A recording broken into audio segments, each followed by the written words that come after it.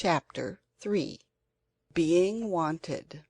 The morning after the children had been the possessors of boundless wealth, and had been unable to buy anything really useful or enjoyable with it, except 2 pairs of cotton gloves, 12 penny buns, an imitation crocodile skin purse, and a ride in a pony cart, they awoke without any of the enthusiastic happiness which they had felt on the previous day, when they remembered how they had had the luck to find a Psammead, or sand fairy, and to receive its promises to grant them a new wish every day. For now they had had 2 wishes, beauty and wealth, and neither had exactly made them happy. But the happening of strange things, even if they are not completely pleasant things, is more amusing than those times when nothing happens but meals, and they are not always completely pleasant, especially on the days when it's cold mutton or hash. There was no chance of talking things over before breakfast, because everyone overslept itself, as it happened, and it needed a vigorous and determined struggle to get dressed so as to be only 10 minutes late for breakfast. During this meal some efforts were made to deal with the question of the Psammead in an impartial spirit, but it is very difficult to discuss anything thoroughly and at the same time to attend faithfully to your baby brother's breakfast needs. The baby was particularly lively that morning. He not only wriggled his body through the bar of his high chair and hung by his head, choking in purple, but he collared a tablespoon with desperate suddenness, hit Cyril heavily on the head with it, and then cried because it was taken away from him. He put his fat fist in the bread and milk, and demanded Nam, which was only allowed for tea. He sang, he put his feet on the table, he clamored to "go walkie." The conversation was something like this: "Look here, about that sand fairy, look out, he'll have the milk over." Milk removed to a safe distance. "Yes, about that fairy. No, lamb dear, give Panther the narky poon." Then Cyril cried, "Nothing we have had yet has turned out. He nearly had the mustard that time. I wonder whether we'd better wish Hullo, you've done it now, my boy."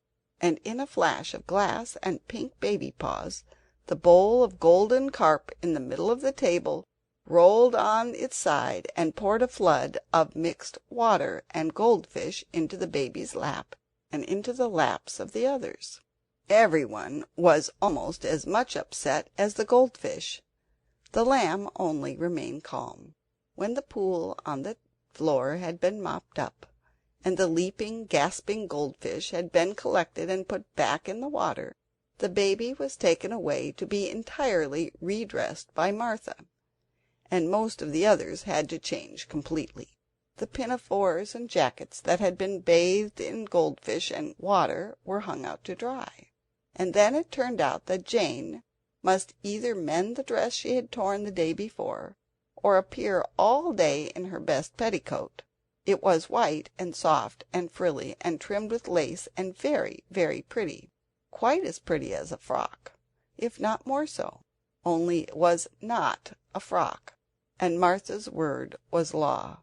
She wouldn't let Jane wear her best frock, and she refused to listen for a moment to Robert's suggestion that Jane wear her best petticoat and call it a dress. "It is not respectable," she said, "and when people say that, it's no use anyone's saying anything. You will find this out for yourselves some day." So there was nothing for it but for Jane to mend her frock. The hole had been torn the day before, when she happened to tumble down in the High Street of Rochester, just where a water cart had passed on its silvery way.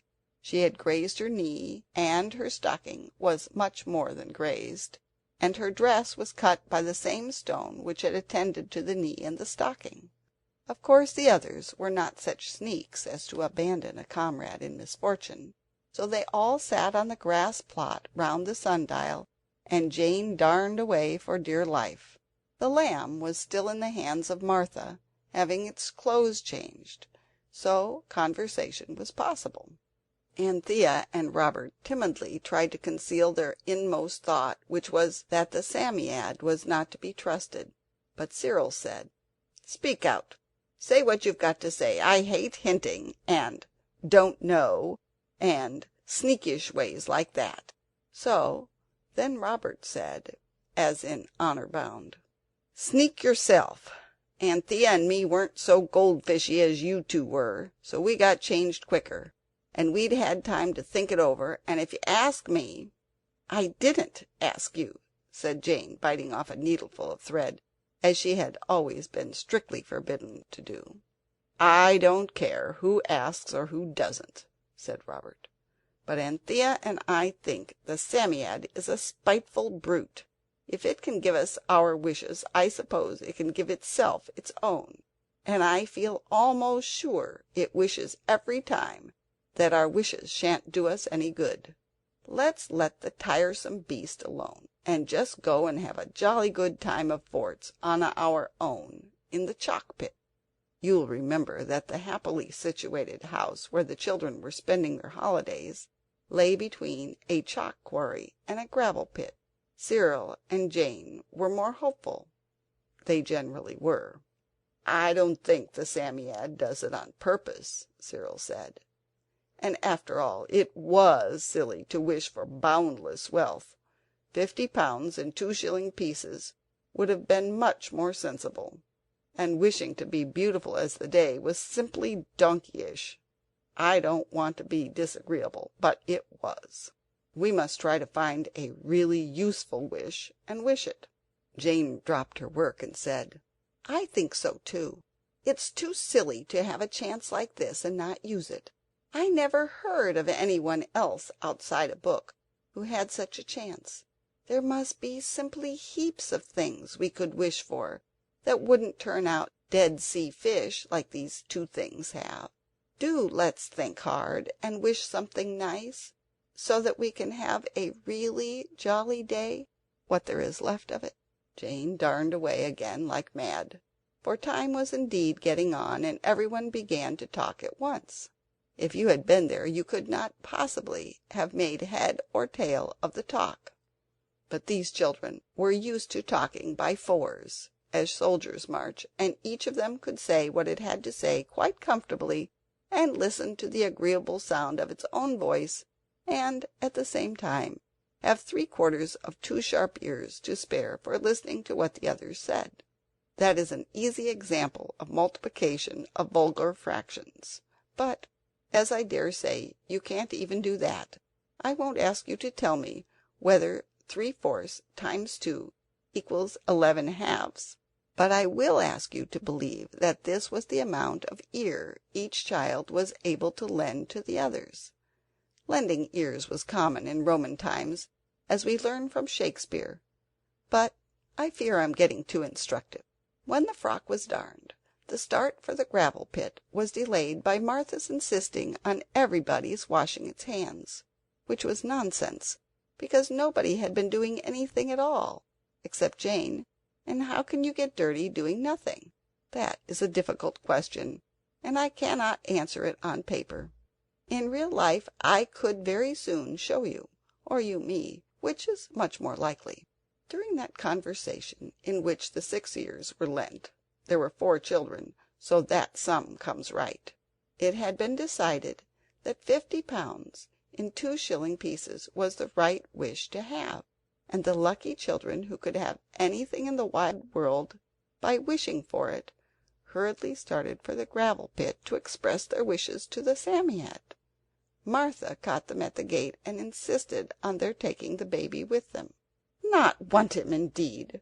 Why, everybody'd want him, a duck, with all their hearts they would, and you know you promised your ma to take him out every blessed day," said Martha. "I know we did," said Robert in gloom, "but I wish the lamb wasn't quite so young and small. It would be much better fun taking him out." "He'll mend of his youngness with time," said Martha. "And as for his smallness, I don't think you'd fancy caring of him any more, however big he was. Besides, he can walk a bit. Bless his precious fat legs, a ducky! He feels the benefit of the new laid air, so he does, a pet." And with this and a kiss she plumped the lamb into Anthea's arms, and went back to make new pinafores on the sewing machine. She was a rapid performer on this instrument.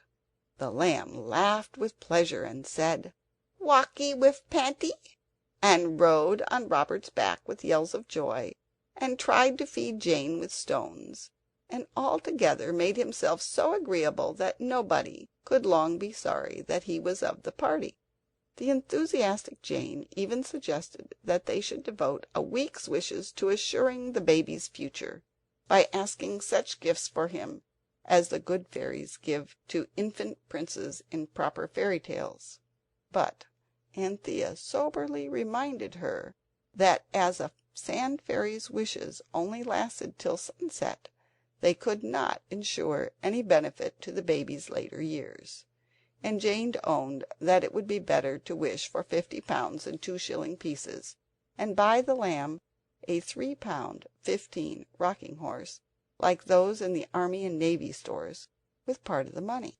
It was settled that, as soon as they had wished for the money and got it, they would get Mr. Crispin to drive them into Rochester again, taking Martha with them if they could not get out of taking her, and they would make a list of things they really wanted before they started.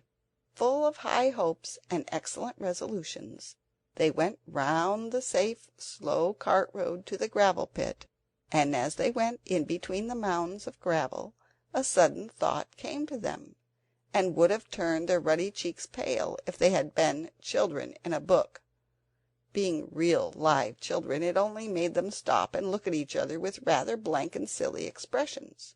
For now they remembered that yesterday, when they had asked the Psammead for boundless wealth, and it was getting ready to fill the quarry with minted gold of bright guineas, millions of them, it had told the children to run along outside the quarry for fear they should be buried alive in the heavy splendid treasure.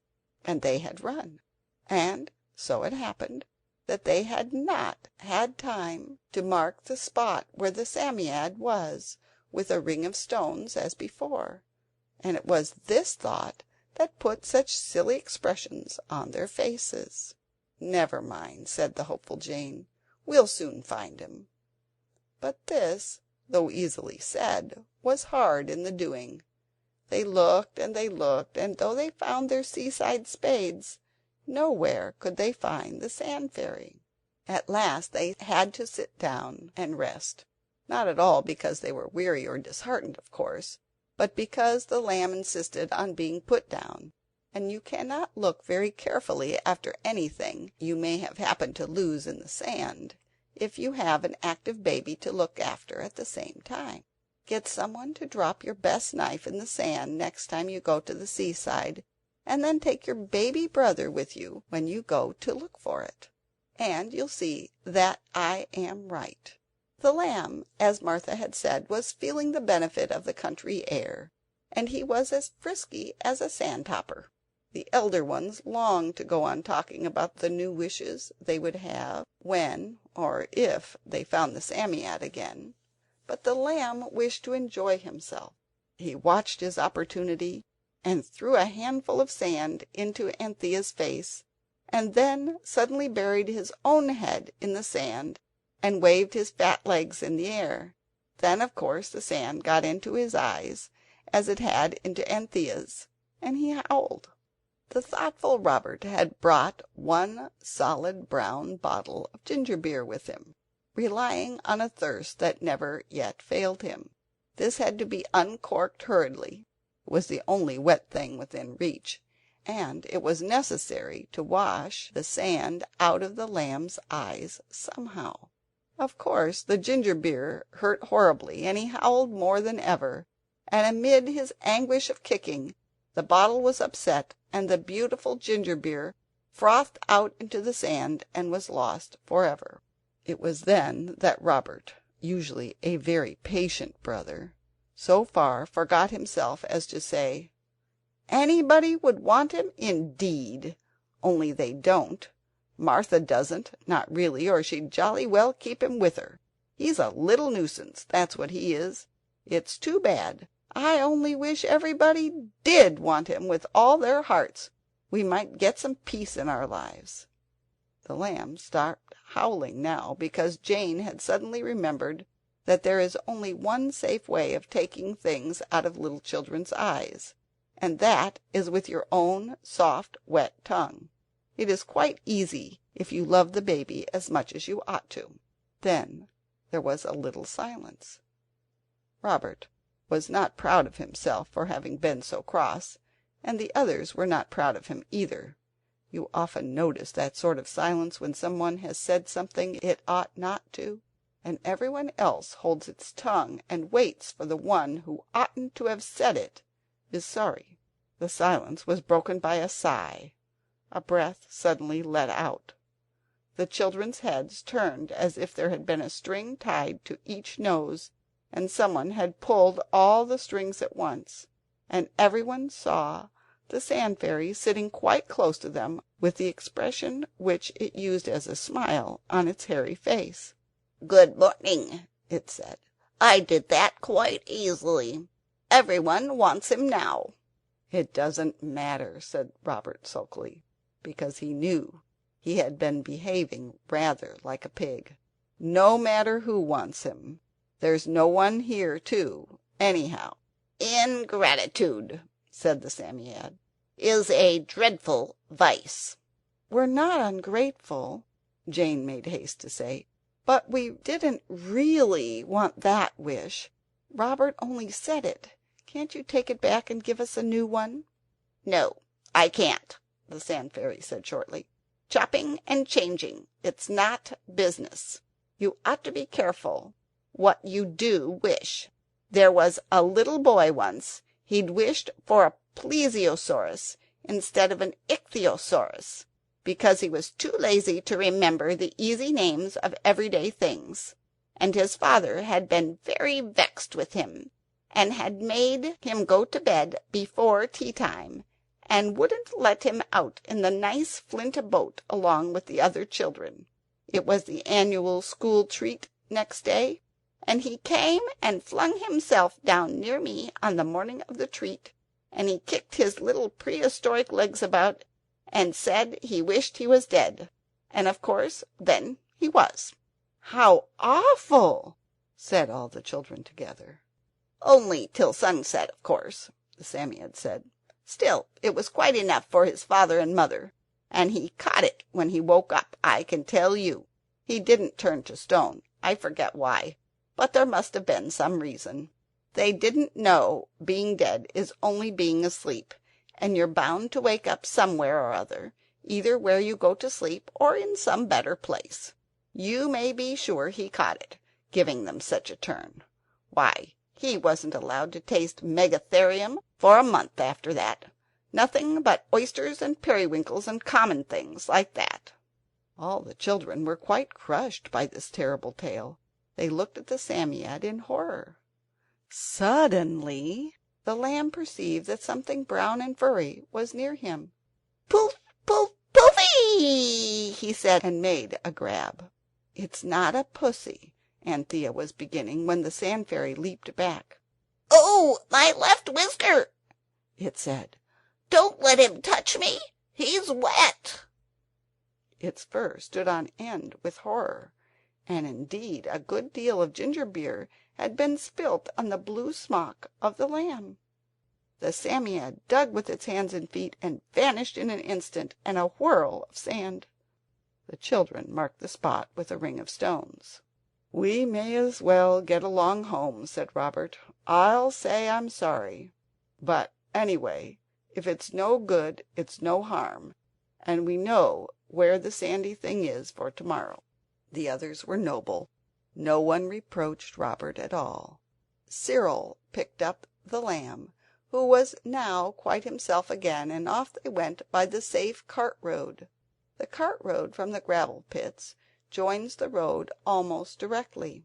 At the gate to the road the party stopped to shift the lamb from Cyril's back to Robert's, and as they paused a very smart open carriage came in sight, with a coachman and a groom on the box, and inside the carriage a lady, very grand indeed, with a dress all white lace and red ribbons, and a parasol all red and white, and a fluffy dog on her lap with a red ribbon round its neck.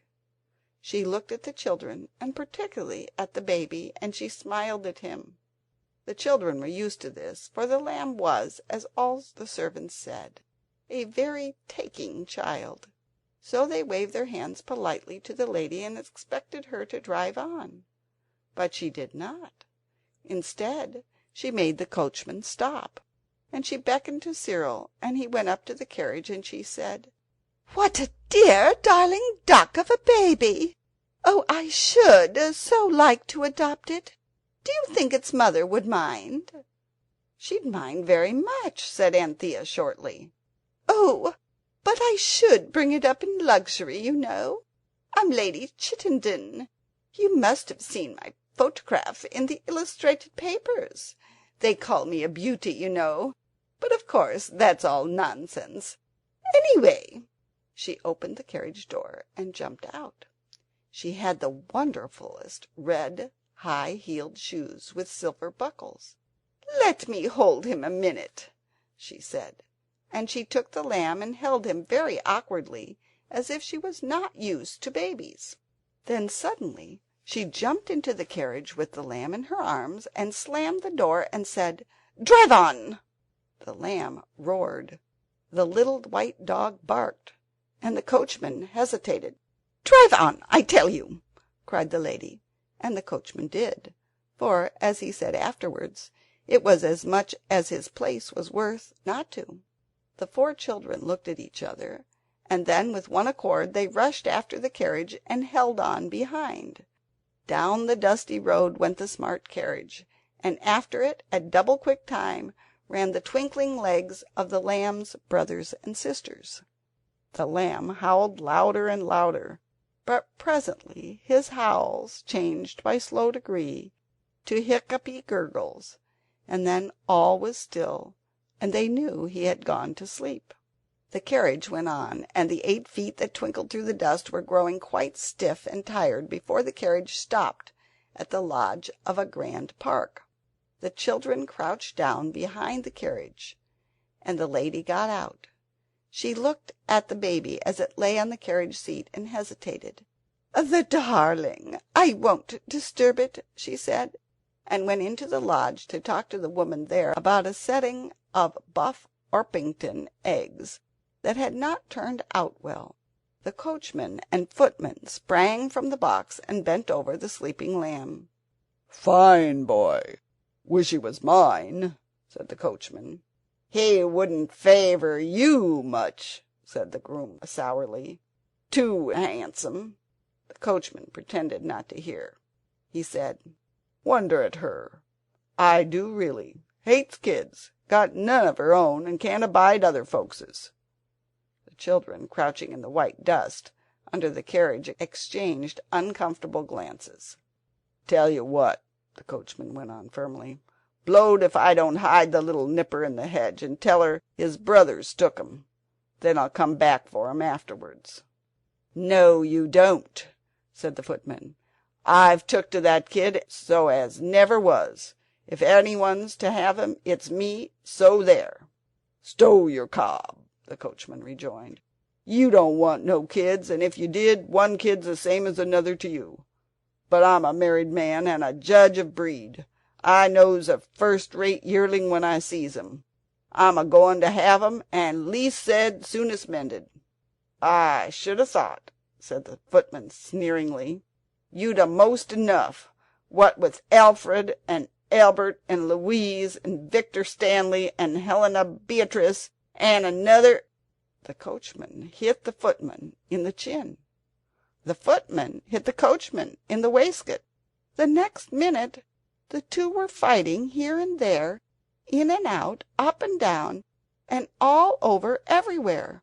And the little dog jumped on the box of the carriage and began barking like mad.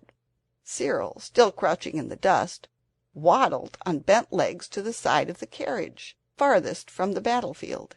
He unfastened the door of the carriage. The two men were far too much occupied with their quarrel to notice anything, took the lamb in his arms, and still stooping, carried the sleeping baby a dozen yards along the road to where a stile led into a wood. The others followed, and there among the hazels and the young oaks and sweet chestnuts, covered by high strong scented bracken, they all lay hidden till the angry voices of the men were hushed at the angry voice of the red and white lady, and after a long and anxious search the carriage at last drove away. "My only hat!" said Cyril, drawing a deep breath as the sounds of the wheels at last died away. "Everyone does want him now, and no mistake. That Psammead has done us again. Tricky brute! For any sake let's get the kid safe home." So they peeped out, and finding on the right hand only a lonely white road, and nothing but lonely white road on the left, they took courage and the road, Anthea carrying the sleeping lamb. Adventures dogged their footsteps. A boy with a bundle of faggots on his back dropped his bundle by the roadside and asked to look at the baby, and then offered to carry him. But Anthea was not to be caught that way twice.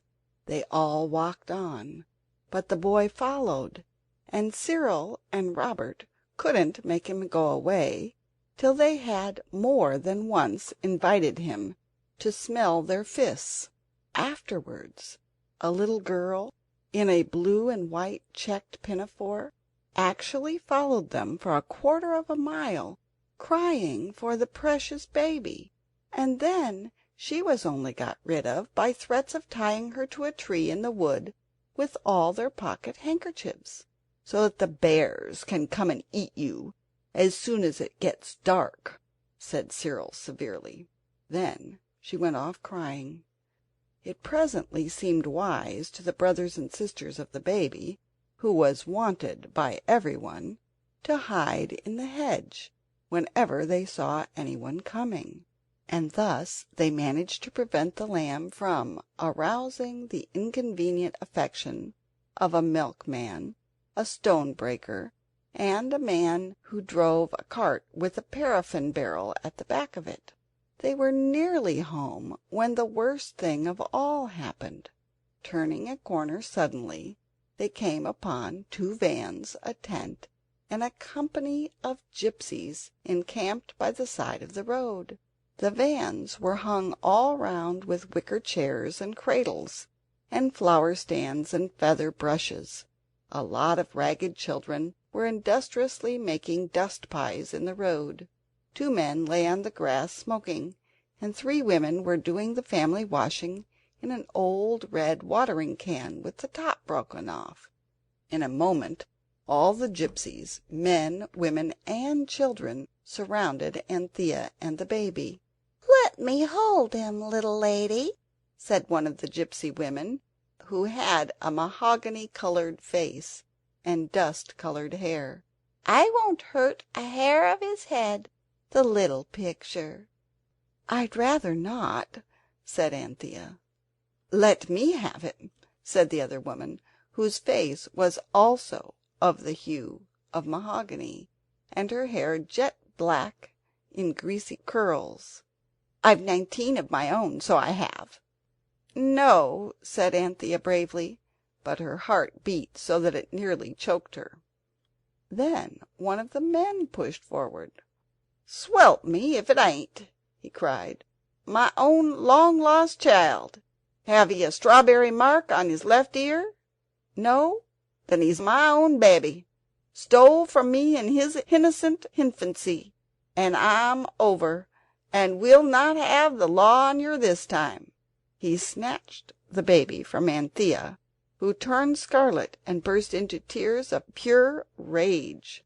The others were standing quite still, This was much the most terrible thing that had ever happened to them. Even being taken up by the police in Rochester was nothing to this. Cyril was quite white, and his hands trembled a little, but he made a sign to the others to shut up. He was silent a minute, thinking hard, and then he said, "We don't want to keep him if he's yours, but you see he's used to us. You shall have him if you want him." "No, no!" cried Anthea, and Cyril glared at her. "Of course we want him," said the woman, trying to get the baby out of the man's arms. The lamb howled. "Oh, he's hurt!" shrieked Anthea, and Cyril in a savage undertone bade her "Stow it! You trust me," he whispered.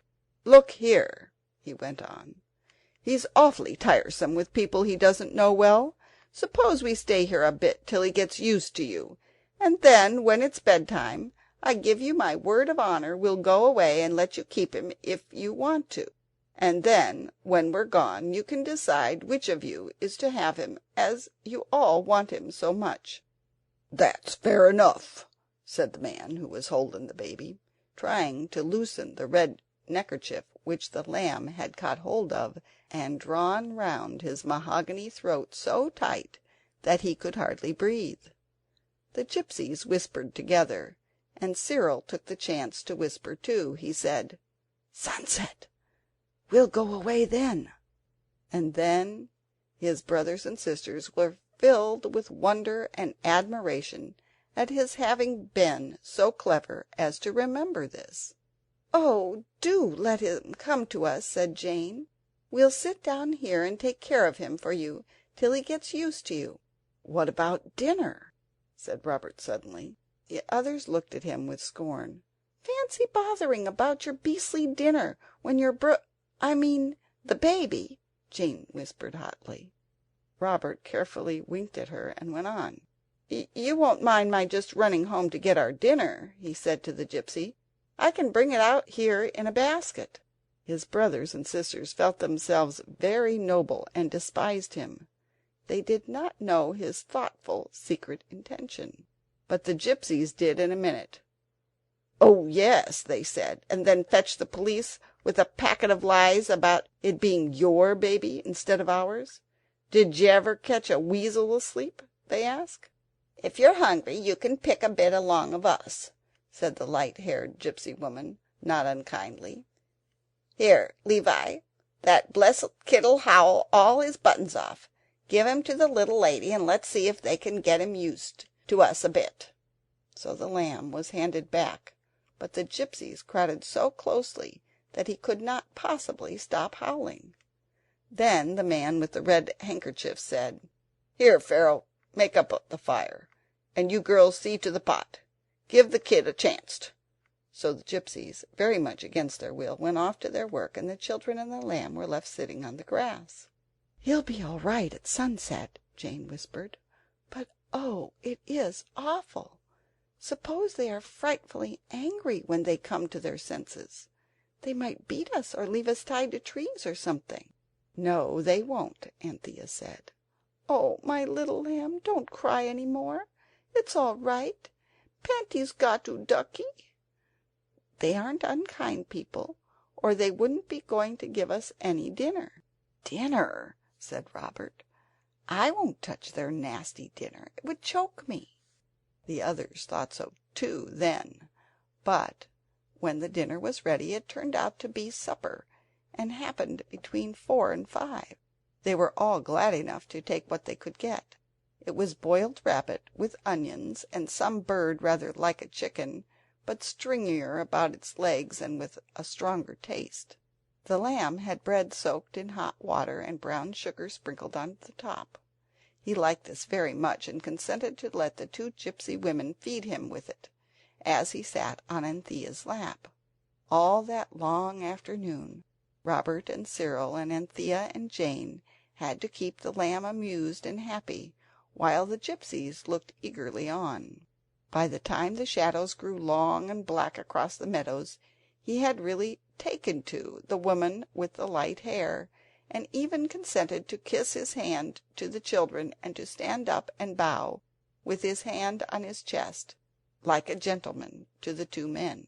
The whole gipsy camp was in raptures with him, and his brothers and sisters could not help taking some pleasure in showing off his accomplishments to an audience so interested and enthusiastic. But they longed for sunset. "We're getting in the habit of longing for sunset," Cyril whispered. "How I do wish we could wish something really sensible, that would be of some use, so that we should be quite sorry when sunset came."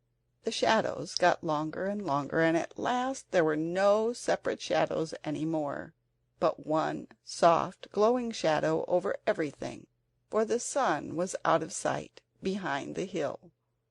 But he had not really set yet. The people who make the laws about lighting bicycle lamps are the people who decide when the sun sets. He has to do it, too, to the minute, or they would know the reason why. But the gipsies were getting impatient.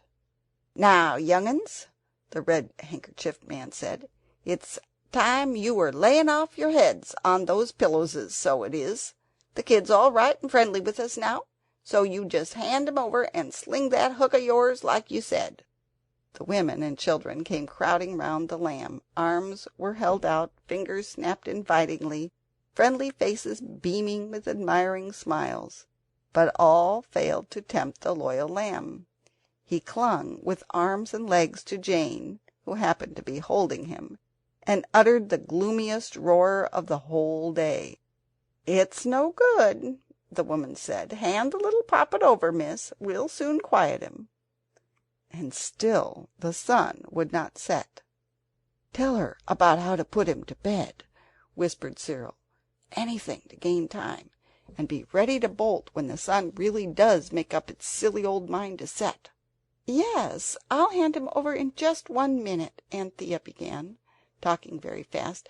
"But do let me just tell you, he has a warm bath every night, and cold in the morning, and he has a crockery rabbit to go into the warm bath with him, and a little Samuel saying his prayers in a white china on a red cushion for the cold bath. And if you let the soap get into his eyes, the lamb—" "Lamb-kiss," said he. He had stopped roaring to listen. The woman laughed. "As if I'd never bathed the baby," she said. "Come give us a hold of him. Come to Melia, my precious." "Go way, Ugsy!" cried Lamb at once. "Yes, but," Anthea went on, "about his meals. You really must let me tell you he has an apple or a banana every morning, and bread and milk for breakfast, and an egg for his tea sometimes, and—" "I've brought up 10," said the black ringleted woman, "besides the others. Come, miss, and I'm over. I can't bear it no longer. I just must give him a hug." "We ain't settled yet who's he's to be, Esther," said one of the men. "Won't be you, Esther, with 7 of 'em at your tail already." "I ain't so sure of that," said Esther's husband. "And ain't I nobody to have a say neither?" said the husband of Melia. Zillah, the girl, said, "And me? I'm a single girl, and no one but I'm to look after. I ought to have him." "Hold your tongue! Shut your mouth! Don't you show me no more of your impertinence." Everyone was getting angry. The dark gipsy faces were frowning and anxious looking. Suddenly a change swept over them, as if some invisible sponge had wiped away these cross and anxious expressions, and left only a blank. The children saw that the sun really had set, but they were afraid to move, and the gipsies were feeling so muddled because of the invisible sponge that had washed all the feelings of the last few hours out of their hearts that they could not say a word. The children hardly dared to breathe. Suppose the gipsies, when they recovered speech, should be furious to think how silly they had been all day. It was an awkward moment. Suddenly Anthea, greatly daring, held out the lamb to the Red Handkerchief Man. "Here he is," she said. The man drew back. "I shouldn't like to deprive you, miss," he said hoarsely, "Anyone who likes can have my share of 'em," said the other man. "After all, I've enough of my own," said Esther. "He's a nice little chap, though," said Amelia. She was the only one who now looked affectionately at the whimpering lamb. Zillah said, "If I don't think I must have had a touch of the sun, I don't want him." "Then shall we take him away?" said Anthea. "Well, suppose you do," said Pharaoh heartily, "and we'll say no more about it." And with great haste all the gipsies began to be busy about their tents for the night, all but Amelia. She went with the children as far as the bend in the road, and there she said, "Let me give him a kiss, miss. I don't know what made us go for to behave so silly.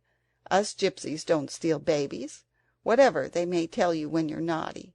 We've enough of our own mostly, but I've lost all mine."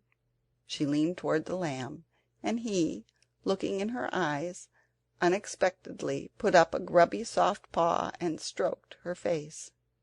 "Poor, poor," said Lamb, and he let the gipsy woman kiss him, and what is more, he kissed her brown cheek in return, a very nice kiss, as all his kisses are, and not a wet one like some babies give.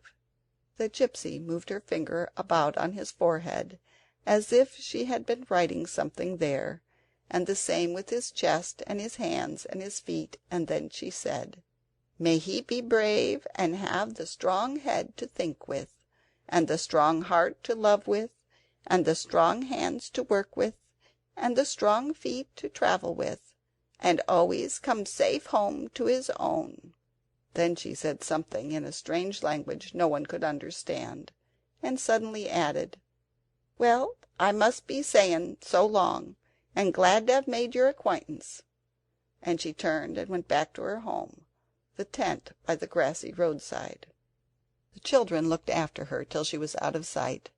Then Robert said, "How silly of her. Even Sunset didn't put her right. What rot she talked." "Well," said Cyril, "if you ask me, I think it was rather decent of her." "Decent!" said Anthea. "It was very nice indeed of her. I think she's a dear." "She's just too frightfully nice for anything," said Jane. And they went home, very late for tea, and unspeakably late for dinner. Martha scolded, of course, but the lamb was safe. "I say, it turned out we wanted the lamb as much as anyone," said Robert later. "Of course." "But do you feel different about it now the sun's set?" "No," said all the others together. "Then it's lasted over sunset with us." "No, it hasn't," Cyril explained. "The wish didn't do anything to us. We always wanted him with all our hearts when we were our proper selves. Only we were all pigs this morning, especially you, Robert."